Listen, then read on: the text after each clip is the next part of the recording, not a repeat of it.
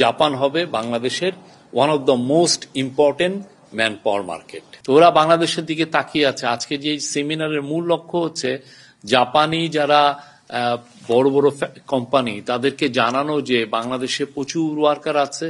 সেই সেমিনারটা মূলত জাপানে আপনি জানেন যে ম্যাসিভ ওয়ার্কারের শর্টেজ, জাপান ওয়ার্কার পাচ্ছে না অনেক জায়গায়।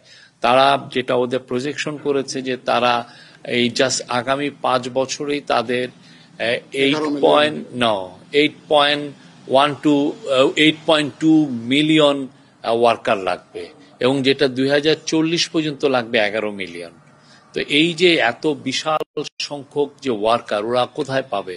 আগে যেটা হতো যে জাপানে ইন্দোনেশিয়া আসতো, জাপানে ভিয়েতনাম থেকে লোক আসতো, জাপানে মায়ানমার থেকে, এইটা তিনটা ছিল হলো মোস্ট ইম্পর্টেন্ট সোর্স যারা এখানে এসে কাজ করতো। কিন্তু যেটা হচ্ছে যে ইন্দোনেশিয়ার ইকোনমি খুব ভালোভাবে বুমিং হচ্ছে, ফলে ইন্দোনেশিয়া থেকে লোক এই জাপানে আসাটা অনেকটা কমে এসছে। একইভাবে ভিয়েতনামেরও ইকোনমি বুমিং, ভিয়েতনাম থেকে ওয়ার্কার আসছে না।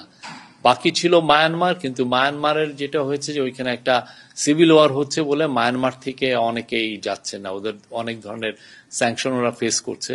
তো এখন মূলত জাপানে ওয়ার্কার আসতেছেন হচ্ছে নেপাল থেকে। তো নেপাল তো অত বড় দেশ না, অত ওয়ার্কার পাঠাতেও পারছে না। তো ওরা বাংলাদেশের দিকে তাকিয়ে আছে। আজকে যে সেমিনারের মূল লক্ষ্য হচ্ছে জাপানি যারা বড় বড় কোম্পানি তাদেরকে জানানো যে বাংলাদেশে প্রচুর ওয়ার্কার আছে, তারা পৃথিবীতে সমস্ত দেশে সুনামের সাথে কাজ করে এবং তোমরা যত বেশি রিক্রুট করতে পারবো সেটার জন্য আমরা প্রস্তুত আছি। তো এটা একটা ব্যারিয়ার আছে। তো সেখানে যে national business support combined cooperatives, ওইটার যে প্রেসিডেন্ট মিস্টার মিকিও ওয়াগাসায়ামা, উনি সরাসরি বলছেন যে জাপান আগামী 5 বছরে, যে সেমিনারটা বলেছেন যে আগামী 5 বছরে 1 লক্ষ লোককে নিবে। কিন্তু যারা বাংলাদেশি যারা আছেন তারা বলছেন যে এই সংখ্যাটা আরো বাড়বে যদি আমরা ঠিক মতো আমাদের ল্যাঙ্গুয়েজ ট্রেনিং দিতে পারি আমাদের জনগোষ্ঠীকে এবং তাদেরকে মিনিমাম স্কিলটা আমরা ট্রেনিং করতে পারি, তাহলে আমরা আশা করছি যে এটা সংখ্যা বাড়বে এবং এটা একটা ফ্লাড গেটের মতো ওপেন হবে। এটা আমাদের জন্য একটা বিশাল অপরচুনিটি এবং সেটার জন্য প্রফেসর ইউনূস বলে অলরেডি এই সফরের আসার আগে একটা টাস্ক ফোর্স উনি করে দিয়েছেন এবং এটার জন্য যত কিছু করা দরকার, যত দ্রুত ল্যাঙ্গুয়েজ ট্রেনিং সেন্টার করা যায়, যত দ্রুত স্কিলস ট্রেনিং সেন্টার করা যায়, এটা করা হবে। এবং সেই আলোকে অলরেডি কিছু মেজার আমরা কিন্তু নিয়েছি। যেমন ধরেন বাংলাদেশে থেকে যাতে জাপানে এসে অনেকে ল্যাঙ্গুয়েজ শিখতে পারেন সেটার একটা ব্যারিয়ার ছিল। এখানে ব্যাংকিং রিলেটেড অনেক সমস্যা ছিল। ভিএইচএস যেটার মাধ্যমে এই ভিসার এগুলো সার্ভিসগুলো হয়, ভিএইচএস এর সাথে কিছু সমস্যা ছিল।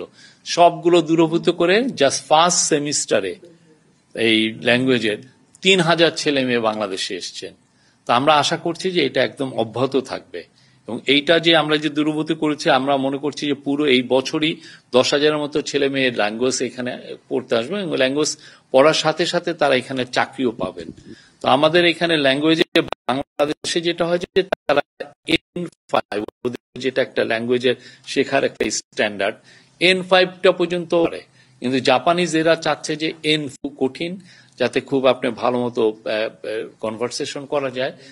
N4টা অ্যাচিভ করে যদি বাংলাদেশের থেকে আমরা পাঠাতে পারতাম তাহলে এমনও হয় যে আমাদের লাখ লাখ ছেলে মেয়েকে পাঠানো যেত। কিন্তু এটা এত দ্রুত তো আর আমরা ল্যাঙ্গুয়েজ সেন্টার আমরা সেট আপ করে এটা করতে পারবো না। বাট প্রফেসর ইউনূস বলেছেন যে এটা নিয়ে সমন্বিত উদ্যোগ নেওয়া হবে, সরকারি এবং বেসরকারি সবাইকে উদ্বুদ্ধ করা হবে যে যাতে জাপানিজ ল্যাঙ্গুয়েজ সেন্টার বাংলাদেশে আরো প্রচুর হয়, ভালো ভালো জাপানিজ ল্যাঙ্গুয়েজ ট্রেনার আমরা তৈরি করতে পারি, যাতে এই সংখ্যাটা আমরা 1 লক্ষ না আগামী 5 বছরে এটা যাতে আমাদের 10 লক্ষ যদি হয়, 10 লক্ষ যদি আমরা পারি, এটা অলমোস্ট ইম্পসিবল, বাট আমাদের চেষ্টাটা থাকবে। প্রফেসর ইউনূস বলেছেন এটার চেষ্টাটা আমাদের করতে হবে। এটা একটা ফ্লাড গেটের মতো আমাদের জন্য ওপেন হচ্ছে।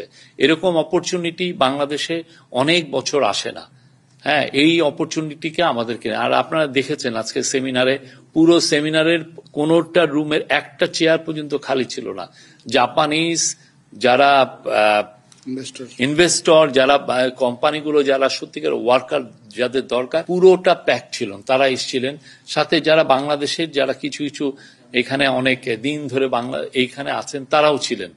তারা ওইখানে তাদের মধ্যে আজকে যে আপনারা দেখেছেন যে 2টা এমওইউ হয়েছে মূলত আমাদের যে বিএমইটি যারা স্কিল লেবার, সরকারি যে প্রতিষ্ঠান যারা স্কিল লেবার পাঠায়, বিএমইটির সাথে আপনার কথা হয়েছে। বাংলাদেশের মানে ম্যান পাওয়ার যারা পাঠানোর জন্য যেটা মেইন এজেন্সি, তার সাথে এখানে বাংলাদেশ জাপানিজ যারা মিলে রিক্রুটমেন্ট এজেন্সি 2-3টা করেছেন, তাদের সাথে কথা হয়েছে, কেডিএস এবং আরো আর একটা প্রতিষ্ঠান।